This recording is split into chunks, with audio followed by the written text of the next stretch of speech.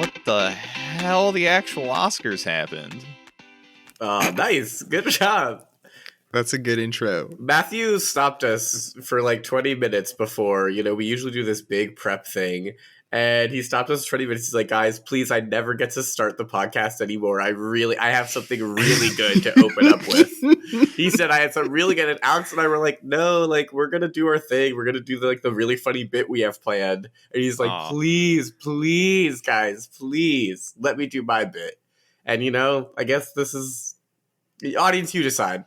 How this goes to show, I mean, after 100 episodes, 99, maybe Matt, me. Okay, we're basically at 100. Matt's running out of content. Looks like we got to get the old talent out of here, get someone new involved. Mm-hmm. Whoa, you guys can't hostile take over me out of the business. That isn't how this is supposed to work. We're calling it the Why Tough did you say me Coup as if you podcast. wanted to take someone else? Who would have been, like, okay? Who would you been okay with? I'm going to say my joke again. Call it the Tough Coup podcast. Thanks for getting that one in there. Cool. So we got that one in there. Honestly, this is an historic podcast because for the first time, I have not made the worst joke. And it's between those two so far. Like, for the first time ever, it is. Jake, it there's still time. Still I know. Plenty That's of true. time. And you know what? Let us know. At Tough Cut Pod on social media, who made the worst joke in this episode? We should keep a counter on that. We should keep a counter of who makes the most awful joke that makes it into the podcast. That's true. Some hit the cutting room floor. But yeah, the actual Oscars happened. Our predictions were all right. Pretty good. All Quiet on the Western Front. Apparently, I gotta go see it because that shit swept so many categories. I got scared for everything everywhere. Honestly, I told you guys I liked All Quiet. Well, you didn't pick it nearly as much as you should have. That's fair. Yeah, that's fair. Yeah, you may have liked it. You can have that one, but you also got 12 right, like I got 12 right. That is true. How many did I get right? Like 7. 5? I think it was 7. Yeah. Sad that Weird Al didn't get more. That's why I was like, why is his like so low? But then I forgot you voted for Weird. Anyway, well, hello and welcome back. We're the Tough Cut Podcast, and I'm Matthew. I'm Alex. I'm Jakers. And this is episode 99. That's crazy. Part 3 of our 2023 Oscars bracket. 99. I'm gonna kiss one of y'all. At 100. Yeah, again. But like I'm gonna go I just want to tuck one of you in. I know you're expecting something really special for episode 100. It's just gonna be the finale to the Oscar bracket. But episode 101. Ooh, that's gonna be a good one. It's gonna blow your mind. Yeah. It will just blow one your of mind. You, though. It will blow your mind. But don't expect that much for next episode, I guess. Is what Matt is saying. I'm saying expect the content you've come to expect over the course of the past 100 episodes. What else we got to call out before we hop into? Well, coming at you in today's episode. Yeah. All over the place. Yeah. We've got our semifinals matchups with Banshees of Inisherin versus Everything Everywhere All at Once. And then in the second half of the episode, we've got Bullet Train versus Barbarian. Which it's truly a testament to us how, like, we do talk about movies. But we really talk about all movies, Like, we're not... Anyway, spoiler warning for these movies. If you're really, really wanting to know how Bullet Train ends, spoiler warning, Matthew proposes to Joey King. I am going to fight you. That was the ending of my experience, but I had a bootleg version, so probably Jake is just trying to cook me so hard to ensure I vote for Barbarian at the end of this. That's what he's really angling for, but he can't. Right. Look, now that I've called it out, he's like, "Oh, if you do that, you're just trying to shut me down." We all have our tactics, and I know you want to vote for Bullet Train. Like, that's the issue. I know you do. Whoa, not necessarily. We have to talk about them anyway. What else we got to call out? Yeah, content warnings. There will be content warning if you're going to be watching Barbarian.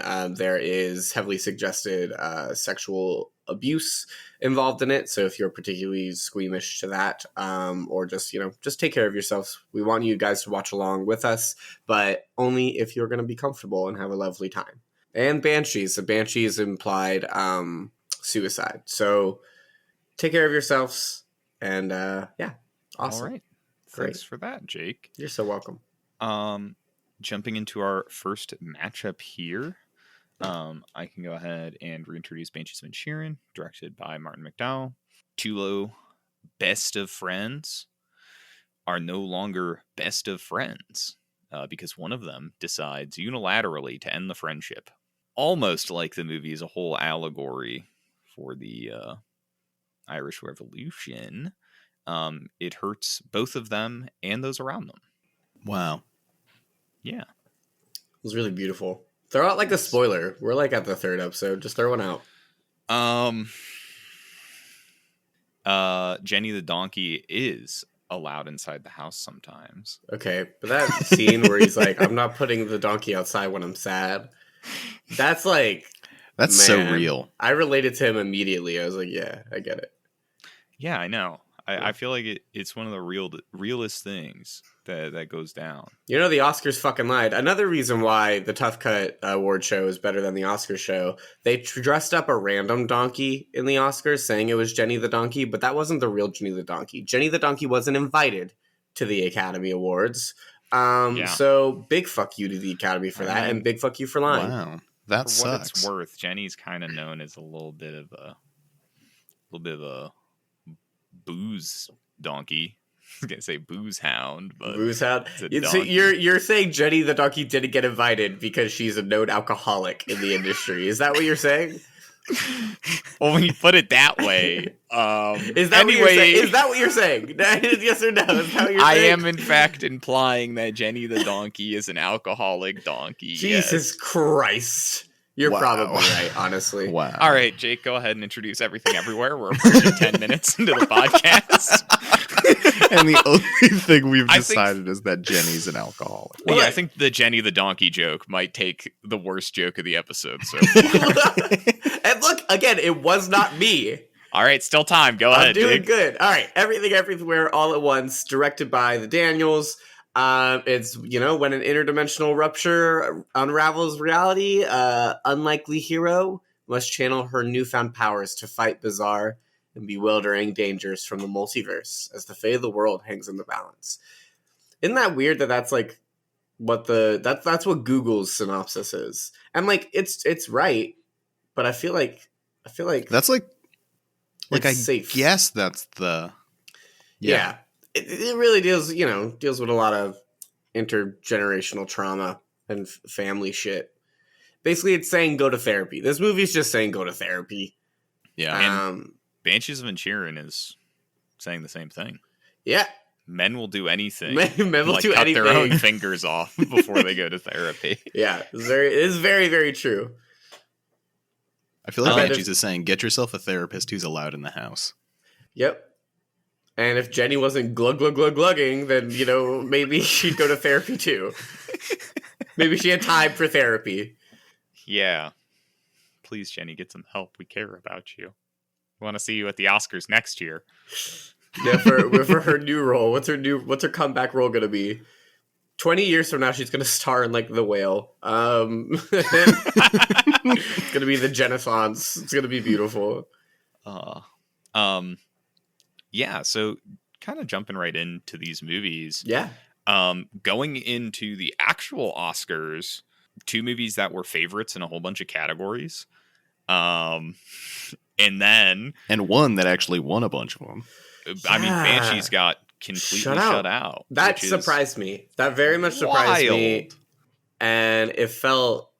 I know this isn't like a reaction to the Oscars like bracket, but I'm still like gonna react to that because it's kind of wild because I genuinely thought these 2 were of my favorites of last year, and I thought Banshees was like a very, very safe like award like movie to give awards to for a lot of categories. I would have personally loved for it to snag the screenplay Oscar. that's Both my predicted it would. that was my at least giving it one sort of a deal. Like I feel like a movie like this deserves at least one award. Jesus Christ. Yeah. But no, Yeah. I guess yeah.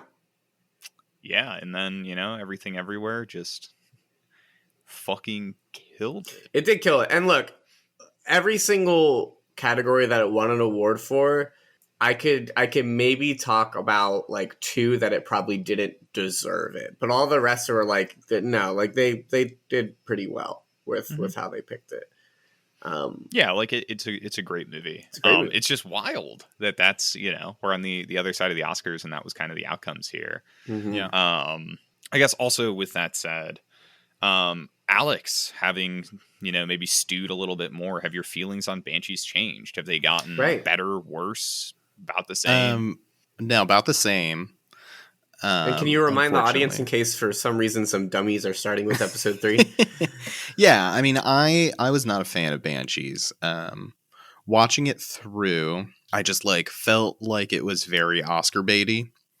Well, clearly foreign not. Movie, period piece. Yeah, right. Well, unless the Academy was just trying to do something different, right? Like, I mean, if you think about I guess they gave awards to All Quiet and big war movie, pretty kind of standard Oscar bait stuff.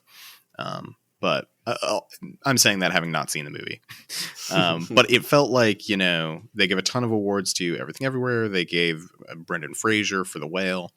It felt like for a lot of things, they were giving it to movies who you wouldn't, not necessarily expect to win, but who they typically would not recognize. Historically, they would not recognize the people who have won.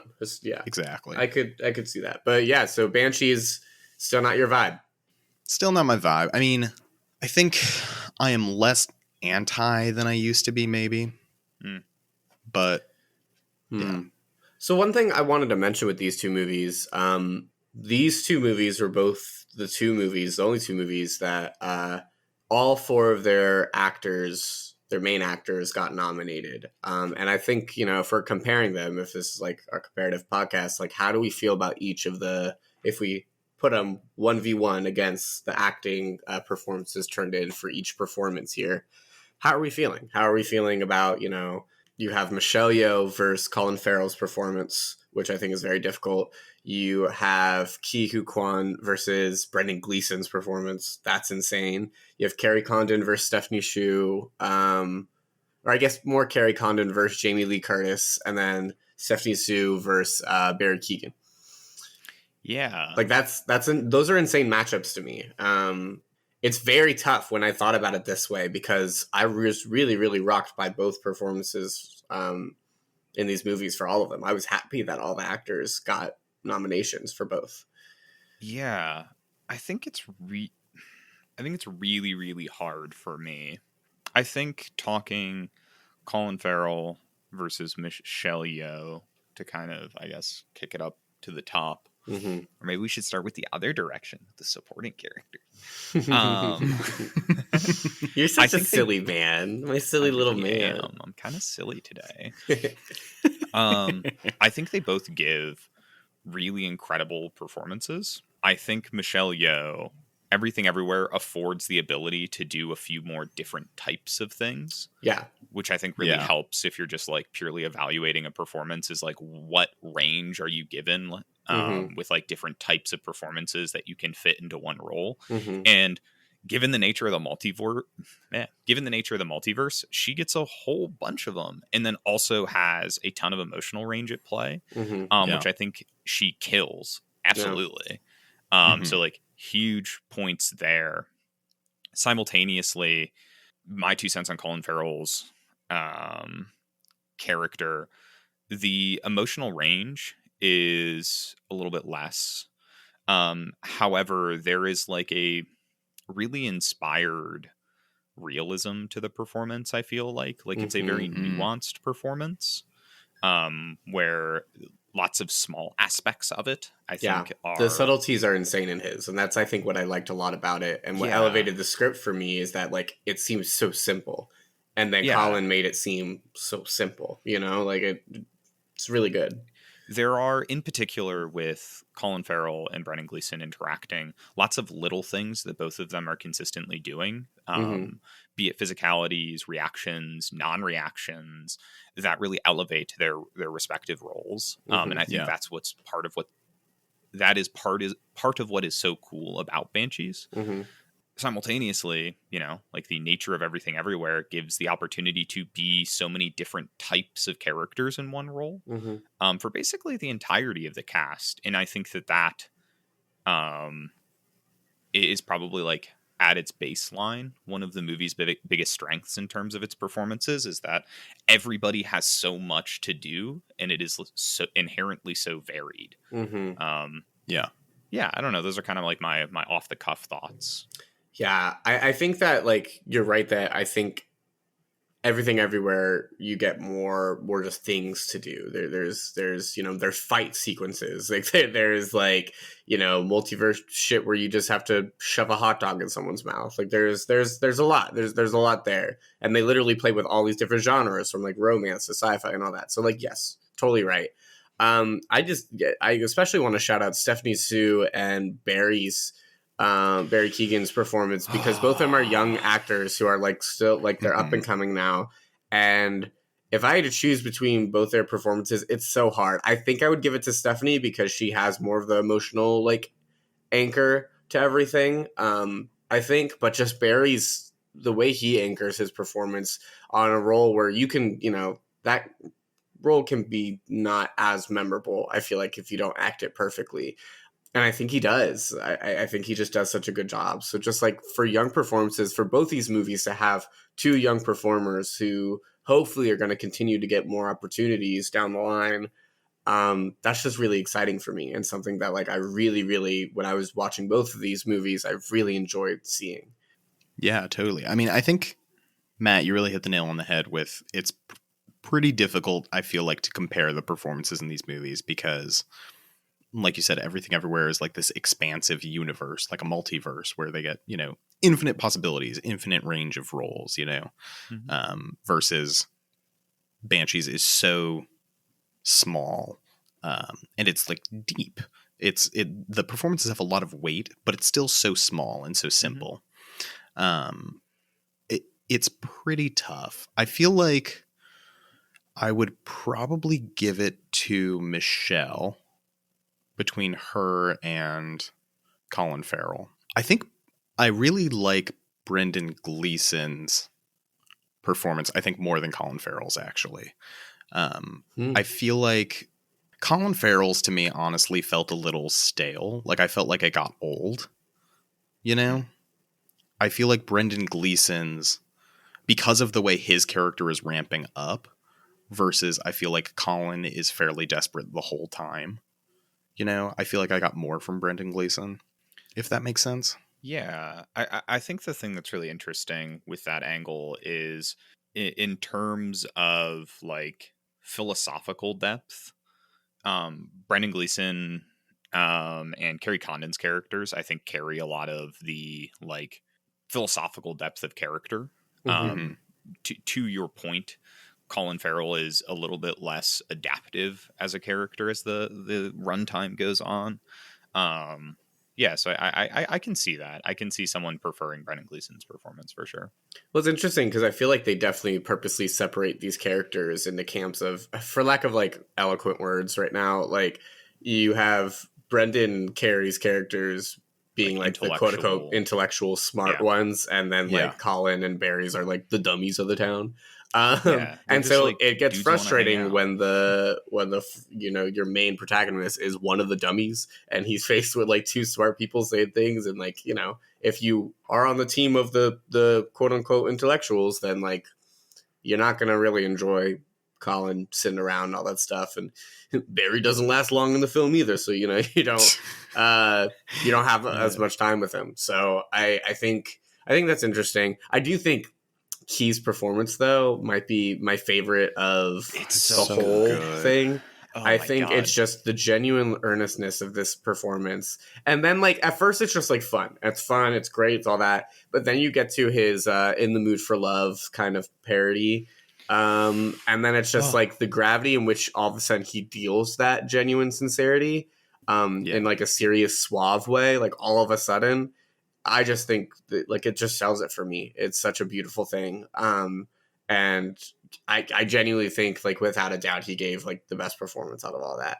He was stellar. Yeah. Jamie Lee, she was just having fun. Look, probably another person should have won in general. I think for sure. Yeah. If we're just talking people nominated for that category, Yeah. I would have preferred Carrie Condon or Stephanie Sue over Jamie Lee Curtis. Not to say it's a bad performance, but she's just, yeah, as you said, kind of just like, she's going for it, which is awesome to see, but it's not exactly like a it's fun, highly nuanced It's not a it's not a standout role. I think if they were going to do the legacy thing, for sure, they should have just given it to Angela Bassett. And I get it. And look, I love Jamie Lee. And like, look, during the Oscars, she shouted out genre films. They shouted out horror, which was really nice. And I was like, oh my God, I'm so excited about that. Cause, you know, famously snubbed that. And she did come from, like, she literally thanked the people who like watched Halloween, like in her speech. That shit doesn't happen. So like, I gotta, like, I want to say yay to it, but it is frustrating because I do think her performance is the weakest out of everyone pitted against nominated. each other. For me, it's not that I thought her performance was weaker. I just felt like her role didn't have as much as what the others had. Like she had less to work with. I think she gave a fine performance, but it's just the weight of what she did compared to Stephanie Sue and is it Carrie Condon is just, you know, it's hard. Like I think she deserved it, but maybe not compared to. If we're just talking like that specific role, I think is the, you know, the point. Because I think there is so much to love in Stephanie and Carrie's respective performances. Again, not to like keep clawing on this fact that, oh, everything everywhere is a multiverse, so they have many options. But like, without I cannot think of a more eloquent way to put it, but Stephanie just so fully embraced the idea of taking on, you know, a multitude of characters at one time. And really, like, I think one of the deceptively impressive things about her performance is like the commitments to physicality that come with all of those. Insane. Like as she is like jumping her way through like a bunch of different multiversal versions of herself, the like so much character detail is changing. Like obviously the personality of her character is carried through from one to the other, but like the physicality and ways that she carries herself change in a really impressive way. And then Carrie, I think, just is such an important piece of what makes Banshees emotionally resonant. Of like, we talked about it a lot last time, that being the innocent people kind of caught on the sidelines of this with Barry Keoghan and Carrie's characters, that there is so much opportunity to like show how much these sorts of things can hurt other people. And like, I really, really feel for Carrie. This idea of being stuck in a place that, you know, doesn't quite understand you and doesn't quite want to pay you the heed that you're deserved.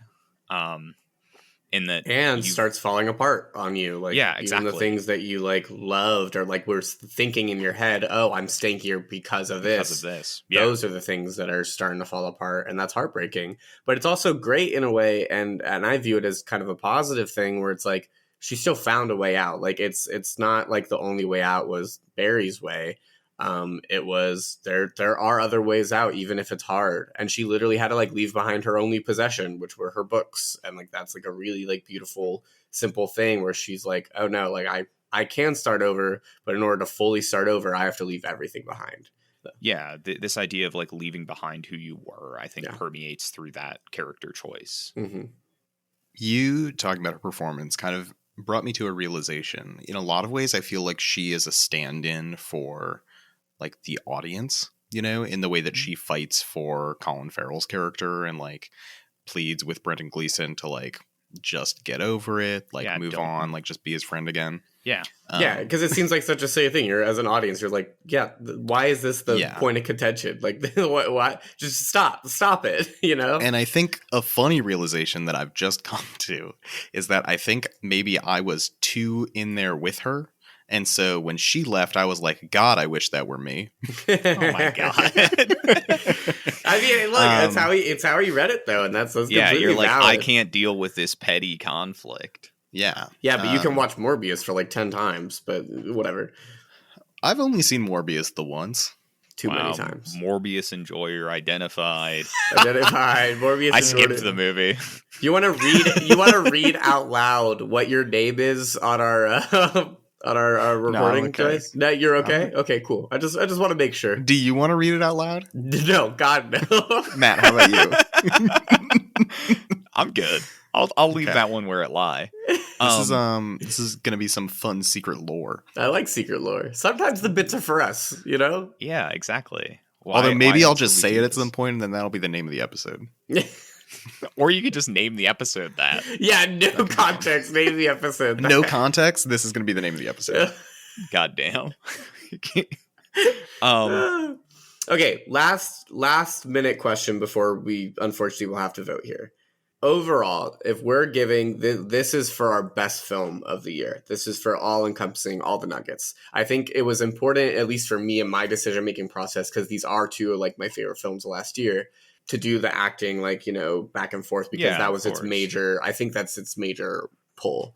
But overall, when we're talking about like our favorite picture of last year and like what that means, how do we feel about like overall story, like, you know, how these films made you feel, like what do you think the lasting impact will be? Because we think about some of our other winners, like Another Round. We think of like, you know, what won the year before, or year that was after. the first year time after. We only did it the once. That was last year. 9 days. 9 days was the other.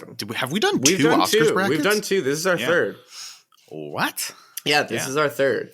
So What? yeah, 9 days, Another Round are two of our, you know, like those are the heavy hitters of the tough cuts past 2 years. How are these two films making you feel? What is the lasting implication? Talk to me, because that's where I'm stuck.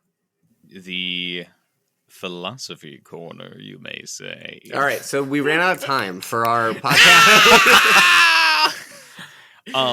To touch on it really, really quickly, that is one of the things I think. This is not what you were asking, but I'm dragging us here. Awesome. Great. I love how I came up, you know, I'm leading us the way. I'm trying to give us comparisons, and then you're just, it's fine. It's good. But it is one of the things I think bothered me the most about Everything Everywhere is its approach to philosophy. It utilizes a lot of certain perspectives on nihilism. But they're like chiefly like pop nihilism, like, oh, you know, it's all going to be dust, so nothing matters, which I don't like. I do think it's possible to interpret that as, you know, it's Stephanie Sue's character. She's, I don't know, how old is she? She's like 19, 20 in the movie. She's a teenager. In the movie, so like maybe like that's why it's characterized that way, but the movie does seem to treat it with some degree of seriousness, like it's like a genuine perspective to carry. Which I don't love. But I do think it evolves out of that sort of at the end, and instead turns to like, essentially is just like, nah, we spit in those stinky nerds' faces. Yeah. What the hell are you talking about, girl? I feel like... What class did you take where their conclusion was, yeah, we spit in these stinky nerds' faces? Where was that in your coursework? I mean, I wanna jump in here, because yeah, jump in, Matt. I agree that they like yeah, they do the whole like nihilism, everything to dust, nothing matters. But I feel like the whole point of the movie is spitting in the face of that belief. Like they're saying how like people might believe this, but this isn't how you should treat the world. And the end is all about like, if nothing matters, then like everything should matter. You know, like it's different. And I think even added on that, I think a very important note is the fact that you said you hated it when they reached the conclusion of that nihilism, right? I think the character also hated it. I think they're trying to say that it's they don't want to feel that way. The daughter literally was like, I was searching for you this whole time, the mom, because I wanted you to look at that bagel and be like, no, I wanted you to pull me out. Like, so she still reaches this conclusion, but sometimes you reach conclusions in life where you feel like nothing matters and you hate that you reach that conclusion. And I think that's the nuance that I personally liked in the way they talked about nihilism. It wasn't just like an angsty nothing matters and then like nothing matters, so like everything matters. It wasn't just that. It was the fact that they reached the conclusion that nothing matters, and it sucked. You know, it just like was so debilitating, and they didn't want to reach that, but like life bogged them down to that. So here's the thing, is that I agree with those interpretations to some extent. However, like the movie was really close to being capable of being philosophically consistent with it. And additionally, like, again, not to belabor this point, it was just like a little thing that was itching at me about this. A number of people that watched this movie and told me that like it left them in a bad headspace afterward directly relate to this point on pop nihilism. And I think what this movie was like on the precipice of being able to do was instead flipping it at the end to like a Nietzschean, like a classical interpretation of nihilism. And I feel like that was just like ball dropped for presumably like, I don't know, 1 in 100,000 people who watch the movie who like actually care about. Well, it's interesting. I've never met someone who said they were interpretations. No, it is interesting because I still haven't met someone. I've met people who don't like this movie, and I'm just like, whatever. But I've never met someone who like liked the movie, but then they're like, it left me in a bad headspace. That's really interesting to me. Like, one of the very first recommendations I got told me, do not watch this film if you're in a bad headspace. It will make you spiral. That feels. I feel like, I mean, their feelings are valid, but like I would say that about like Inside. I wouldn't say that about like. I would say that, I'd say, like, I don't know, lots of. Right. But that is interesting, and coming from that head, like seeing and then you came from that perspective, and like maybe that's just coloring it is like I feel like some people are taking away that interpretation, and to get to like the Nietzschean point on nihilism is like nothing matters, which means that only the things in which we self-prescribe value to matter is like the turn that this movie could have taken, but they don't really take. And I think they could have committed to more thoroughly. I feel like it does take that though. I feel like that is. I feel like it leaves it open for you to reach that conclusion, but I don't think it explicitly says it is what Matthew's trying to say. Like it's like it's not as like if you were thinking about it and you want to be like a positive nihilist person or whatever, like you could reach that conclusion with this movie. We talked about this with 9 Days a little bit last time. Again, we are going to fall down this hole so quickly, and I'm going to pull us out in a second. Like Bill Skarsgård's character in 9 Days, it's Bill, right? It is Bill Skarsgård. It is Bill. We love Billy Skarsgård. He has like a pretty complete like Nietzschean view on nihilism as a character. And I feel like this film gets really close to doing that, but then steps off it and goes more in the direction you're kind of talking about, Alex, where it's instead like stuff should matter is basically like the conclusion it draws rather than self-prescribing it matters, which is like a nuanced difference. But again, we're getting in the weeds and it's not that important. I mean, I think it's interesting. So like, I appreciate you bringing it up. I genuinely like, I think I like it. That's why we do this. That's why we got 3 different personalities here who care about 3 different things. Regardless, we can, if you guys want to give your thoughts as far as like, as a best picture or as your favorite film of the year between these two, or you can do that while you vote. It, either way works. I don't want to. Let's do it while we vote. Yeah, because we got to keep moving. Yeah, I could start. I'm going to do Everything Everywhere All at Once because I liked it more. Hey, that's fair.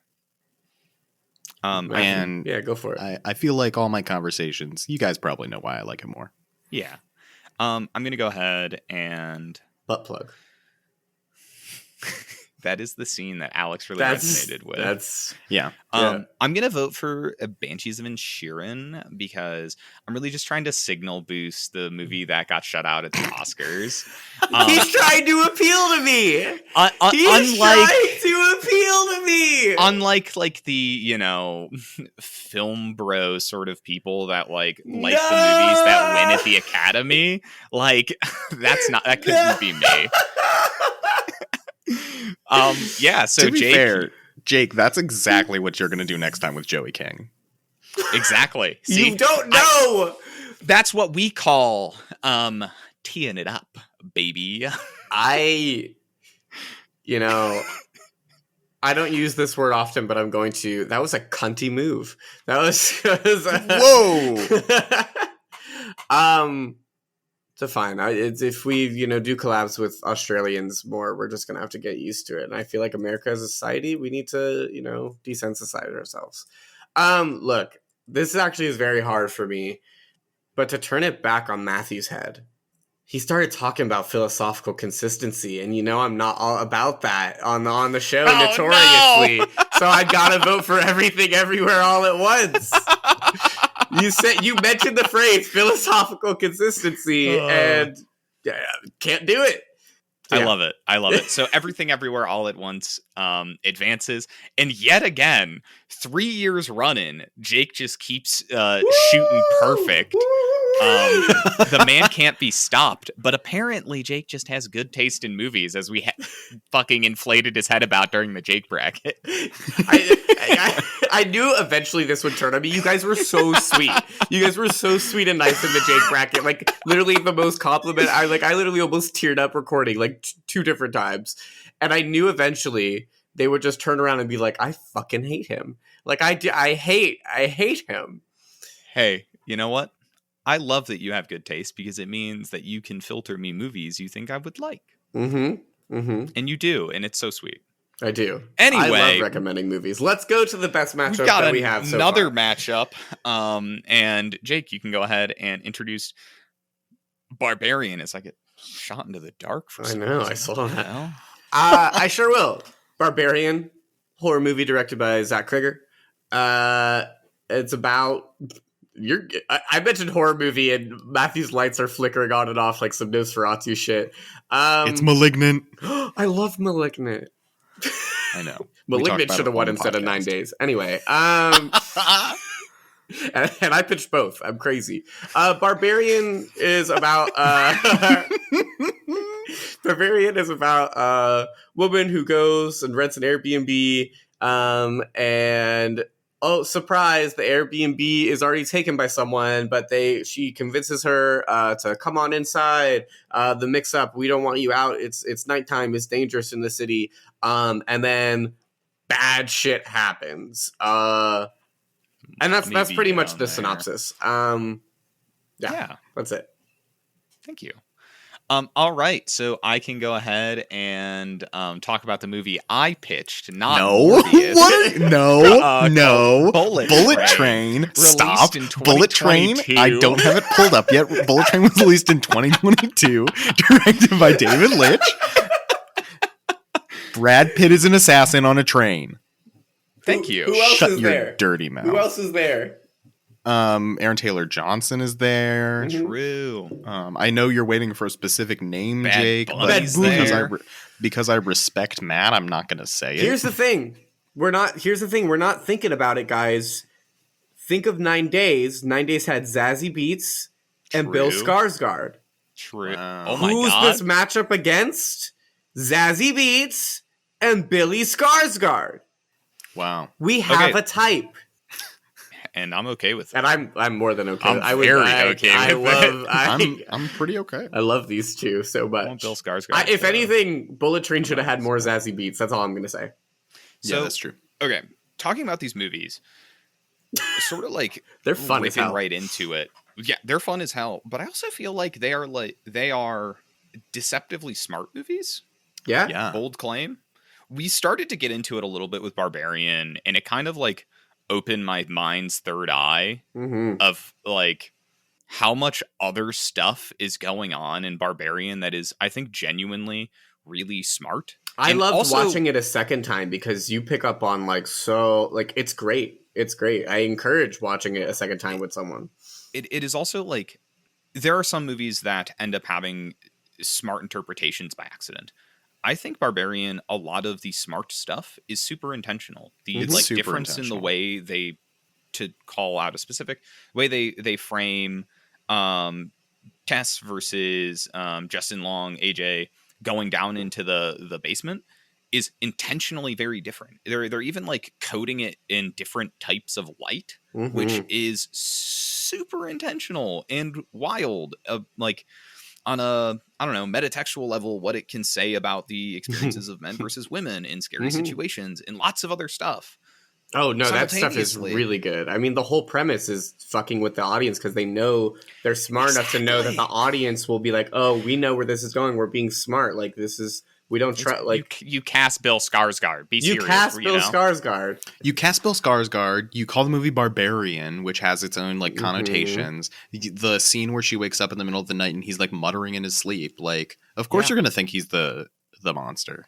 Mhm. Oh, it And It's so then good. you think, like, even with that, another added layer is that when, our surprise twist happens and then we cut to Justin Long and it says Barbarian, we're like, oh, wait, is he the Barbarian? Because he's fucking atrocious in Yeah, this he's just movie like as a well. bad dude. Yeah.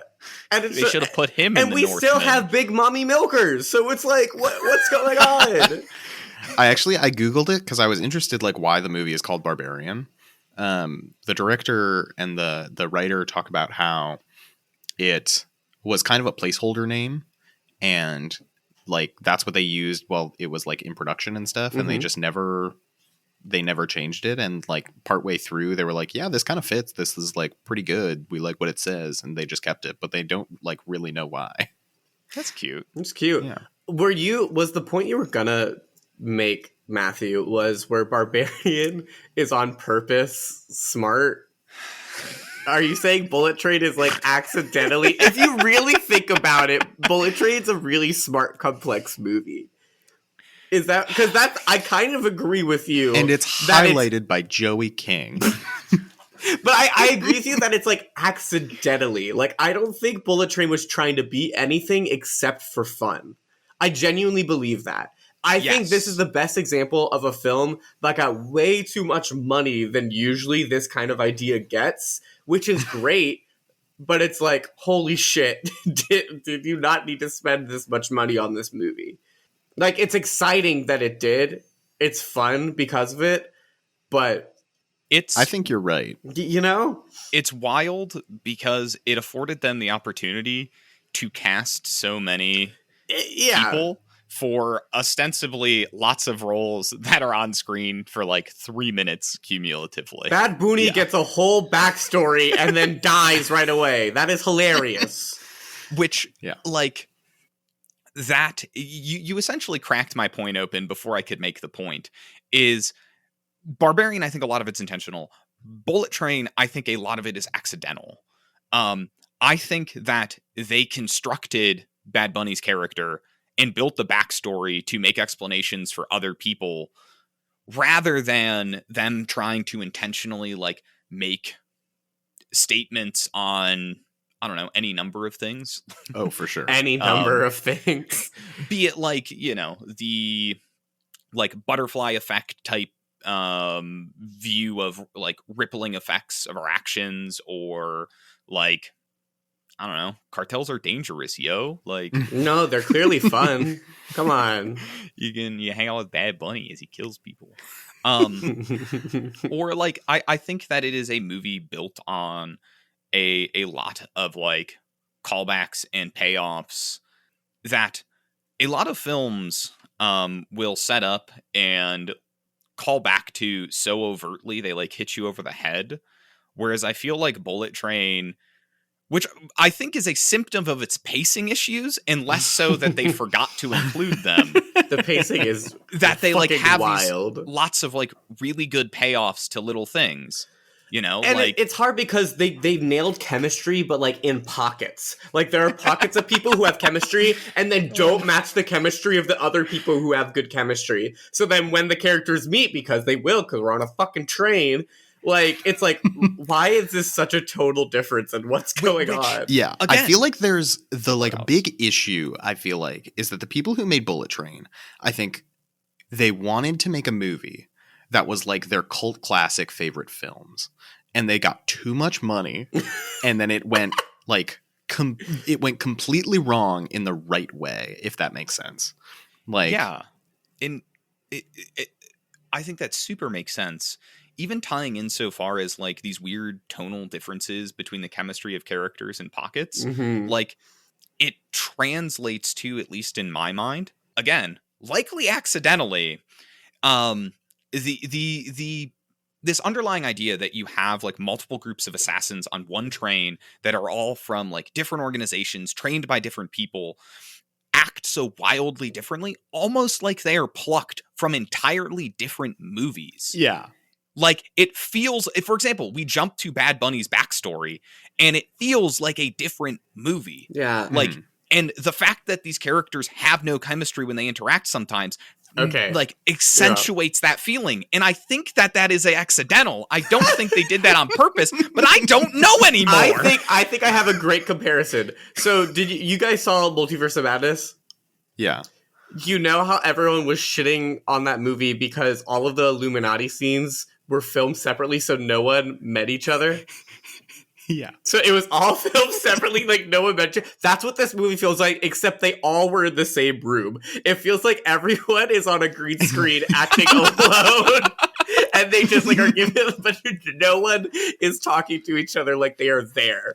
But it's somehow accomplished with everyone being together. Go ahead, Alex. Yeah. I feel like the one in this movie, truth be told, who stands out the most and does not belong at all is Brad Pitt. Right? Am I crazy about that? I feel like his character, because his like backstory and character are so small, like the other ones are so defined, right? Like you get big flashbacks for each of the other characters. And for him, he's just like the one you follow at the beginning, and then he's on the train. Like he's almost like so even level compared to the rest that he like doesn't fit. Yeah. See, I love Aaron Taylor Johnson and Brian Tyree Henry. Like, I love they're that great duo. I think they were my favorite. Lemon Tangerine. Loved them. And they have, like, such emotional resonance. Yeah. But just to, like, really quickly respond to Alex's point, the fact that Brad Pitt plays a character that is, like, in universe, not even supposed to be there, it helps to sell that feeling. It works. It's so... That's what I'm talking about. Is, like, I don't know how intentional it was. It feels like they didn't do it on purpose, or I think they didn't, but it worked out and it feels smart as a result. And I don't know. I feel like we want to believe. Anymore. I think we want to believe in that it's purposeful. So like that we like we're almost like in on the joke, like because this movie feels like it holds you hostage, right? And okay, but here's the thing about if it's intentional or if it's not, I almost think it's better if it's an accident, because it's like, it's this like beautiful thing, right? If it's intentional, you know, it's like, it's a work of art, like it was labored over, like it was made. But I feel like if it's an accident, it's almost more rare, you know? It's like the stars aligned to like fate needed Bullet Train to exist as it was. It was not the work of one man, one writer, one woman. It was fate made itself. Bullet Train was a movie made by fate. And that's just what is so wild about this movie. It has pacing problems galore. It has weird character chemistry. Like it has a lot of tonal odds, which I just think are, I mean, I don't know, I think contribute in a fun way. Like, but it all adds up to a movie that is ostensibly like a tight 90. That's just a good time. Yeah. But sure, you feel like you're being held hostage in that like, tight 90, but I don't know if I want to call it a good movie or just like this is the perfect example of a movie that is enjoyable, but I don't know if out loud I would say it's good. And like that's not a bad thing. Not all movies need to be good masterpiece. Like it's fine. But on the other side, it's like we have to compare these movies. I feel Barbarian is a good movie, an intentionally movie, and it's still a very, very fun time. Like, yeah, that's the hard wild. It's hard. Like actually comparing these films, I know I opened up this whole conversation with this idea of being like smart in an intentional way and smart in a faded way. Yeah. But like cutting through that a little bit to start peeling back, where do I want to go with this? The issues that are present in Bullet Train, I think, are pretty apparent. Like, there's a lot of weird stuff going on. I think the pacing problems probably more chiefly than anything else. On the flip side of the coin, Barbarian, as far as what I see sort of its chief issue being, I think some of it ties back to mommy herself. Like, be careful talking shit about mommy, just heads up. I know, I don't want to get my head crushed. Yeah, just heads up. I think the like first 45 minutes and the initial reveal are essentially like a perfectly crafted reveal. Yeah, it's 100%. So good. Because even, I don't know about you guys, but even up until the moment that Bill Skarsgård gets his head smashed, I'm like, it still could be him. It still no, could be him. I thought so too. I was like, here's 50 ways Bill Skarsgård could still win it. Like, yeah, it's like, you know, from there, sort of, you have like another really good third.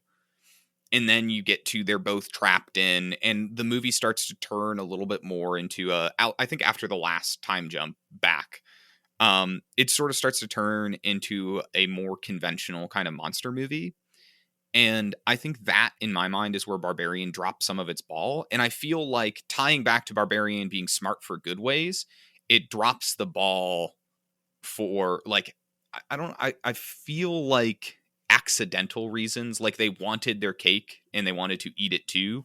Are you saying, like, how, like, you don't feel like the first half is so smart in the way it talks about, like, gender and, like, societal roles and things like that, and how, like, because I agree with you if I think this is what you're saying, of like Mommy Milkers as a monster doesn't necessarily, like, her character is not entwined in those questions that the first half raises as much as the movie wants it to be, I think. And then it's difficult for me because I totally get that point. And I think this movie was purposely crafted to be separated in these different instances because of that. Like, I think the first half is that, really and then cuts. I think the second half, talking about celebrity and talking about the male, like, kind of ego and stuff, you have Justin Long's character, and then you have the flashback, the second flashback, where it's detailing the stories of the serial killer guy who's also about male ego and about creating this, like, perfect, and, like, you know, it's fucked up, it's perverse, it's not good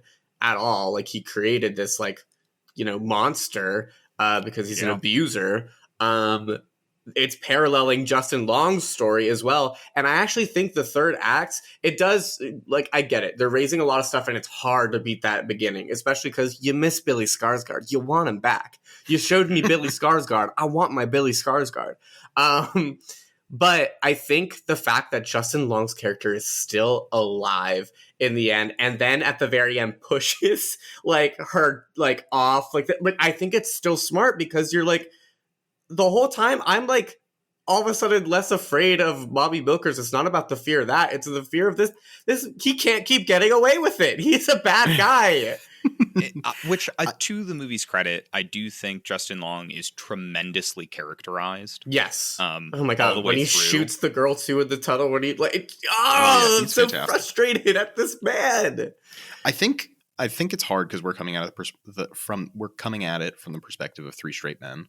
I feel like so much of the movie, it's about gender role and, like, that kind of thing. But I think it also, like, more specifically is about sexual assault and the way that that affects people. Because if you look at it more from perspective of sexual assault, right? Like, at the beginning, Bill Skarsgård is, like, hitting on her, flirting with her. Like, some of it is reciprocal, some of it's not. But like, I think that, and when you, like, are in a house with a man who you don't know, 100%, who is vaguely creepy, like, that's the fear, right? I feel like that is the through line rather than specific gender constructs, because that then I think ties it very well all together, because AJ is dealing with that, like that is how Mommy Milkers was created, right? Yeah. Well, I think it's also male privilege. It's men think they could do anything with no consequences. This man, like, he's like, I mean, they have the conversation. They're like, oh, if you were already here and I showed up second, Bill Skarsgård is like, oh no, I would come in without a second thought, like. There are through lines of this idea of male privilege as well. Male privilege, like, Justin Long getting away, like he has like real say, whatever. The guy like being like, oh, like all of the things that the men do in this film, like they're affecting the women. Like they're affecting all the women, and the women just have to fucking start. Like even with Mommy, like it's literally you like reinterpret Mommy as like a victim of circumstance. Yeah. Well, and at the end, she does and at the end, she does something heroic. Yeah, right? she's she not is not a monster. Yeah, she's not. I mean, she does. No, she is still. Yeah, I mean, we only see her kill men. Yeah, that's an interesting point too. Huh. Look, if you're gonna support women's rights, you have to support women's wrongs, and I think that. And that's why Jake is voting for Bullet Train. Yeah, tearing that homeless man's arm off was in fact a wrong. With that said, I think we should vote. Yes, we should. Great stuff, though. I really love this matchup, and I really think it's it's very interesting. Huh. It's a lot to think about. I think I am confident in what I want to vote for, so I can go first on this one. I'm gonna vote for Barbarian. I think that all the conversations that we had about our valid, and honestly, the Bullet Train stuff, it's mesmerizing to me. Like it does fix me. But I think that I'm just more impressed. Like we keep finding new things every time we talk about this movie, and I don't need to go into my spiel about horror and all that stuff. But I love this movie, so I'm putting it forward in my vote. Yeah. So I can follow up Jake here. In the spirit of supporting women's rights and women's wrongs. There's only one movie for me, baby. Don't you fucking dare. Don't you dare. Joey King may be good in Bullet Train, but I've also got to support all the other work she's done. So I'm going to vote for Bullet Train. This is a vote for Wish Upon all over again. It is. Women's rights and women's wrongs. It's a vote for Wish Upon. It's a vote for Slender. It's a vote for Kissing Booths 1, 2, and 3. I hate you. Wow. It's your fault. I didn't want to be here. Well, that leaves it to you, Alex. Yeah. I think at the end of the day, I want to vote for... Oh, God, it's so hard. I feel like I'm losing my baby.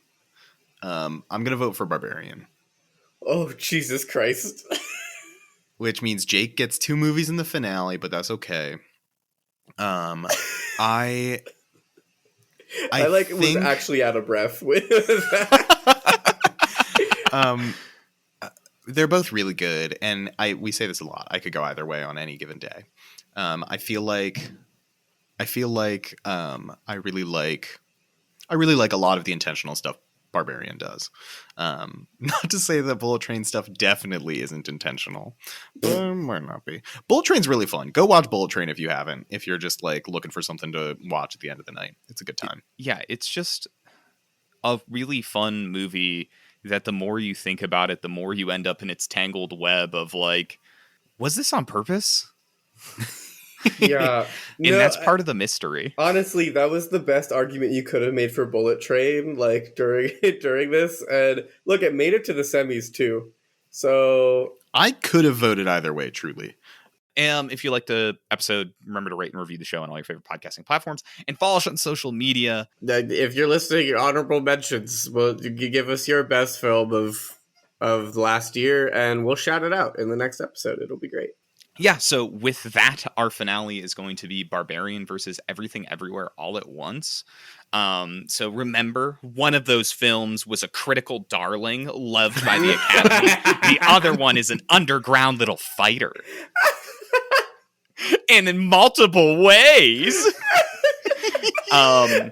So if you enjoyed today's episode, recommend it to someone who's a scrappy underground little gal. What persona took over your brain? Are you doing a Joey King impression? No! Are you doing a Joey King impression right now? Oh my god, we're cursed.